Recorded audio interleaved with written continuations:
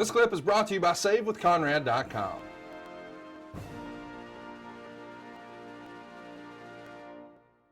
There's a moment here where The Rock is crawling to the ropes, but you pull him away and dial up the intensity. You're slamming Rock's leg into the mat and screaming at him, "Tap out, you son of a bitch. I'll break your fucking leg." And the WWE Network even bleeps this part out today. But man, you were in the moment at that moment, were you not? Yes, I was. And, as a wrestler, I like to show real emotion. So I do get myself riled up in the matches. And I try to portray the way I should be feeling at the time.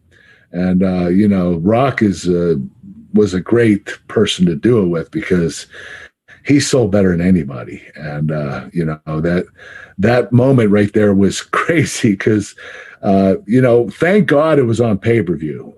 If it was on TV, network TV or cable, I would have gotten a lot of heat for that.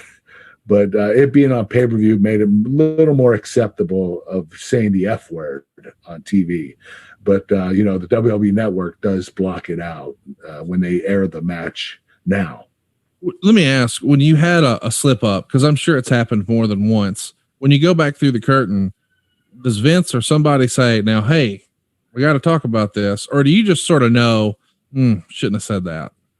Yeah, you shouldn't have said it, but they will tell you at times. I mean, they'll say, don't use that anymore. And I don't think anybody's gotten fined for it, so it hasn't gotten that bad. But there are slip ups, and Vince will tell you, hey, cool off. Don't use that anymore.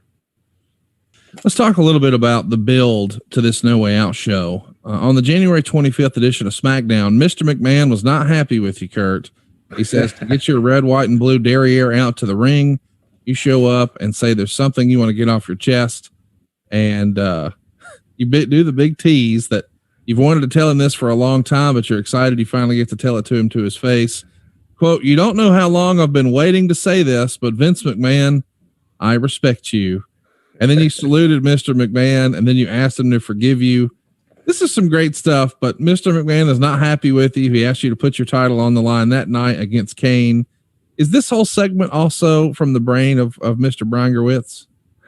Yeah, I believe so. It was, he wrote all of my stuff, and, Vince allowed him the right for him as well. Not all the time. Vince usually said what he wanted to say, but Brian, structured it and put it together. It was a nice piece of business. And, having that promo, it was hilarious.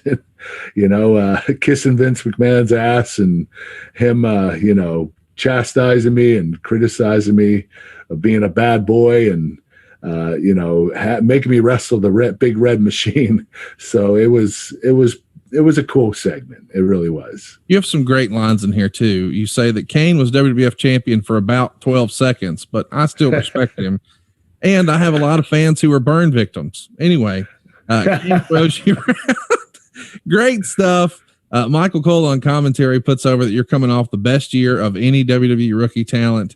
Hey, it's Conrad Thompson. Thanks for checking out the podcast here on YouTube. Be sure to hit the subscribe button and the notifications bell so you get a notice anytime we upload some new content.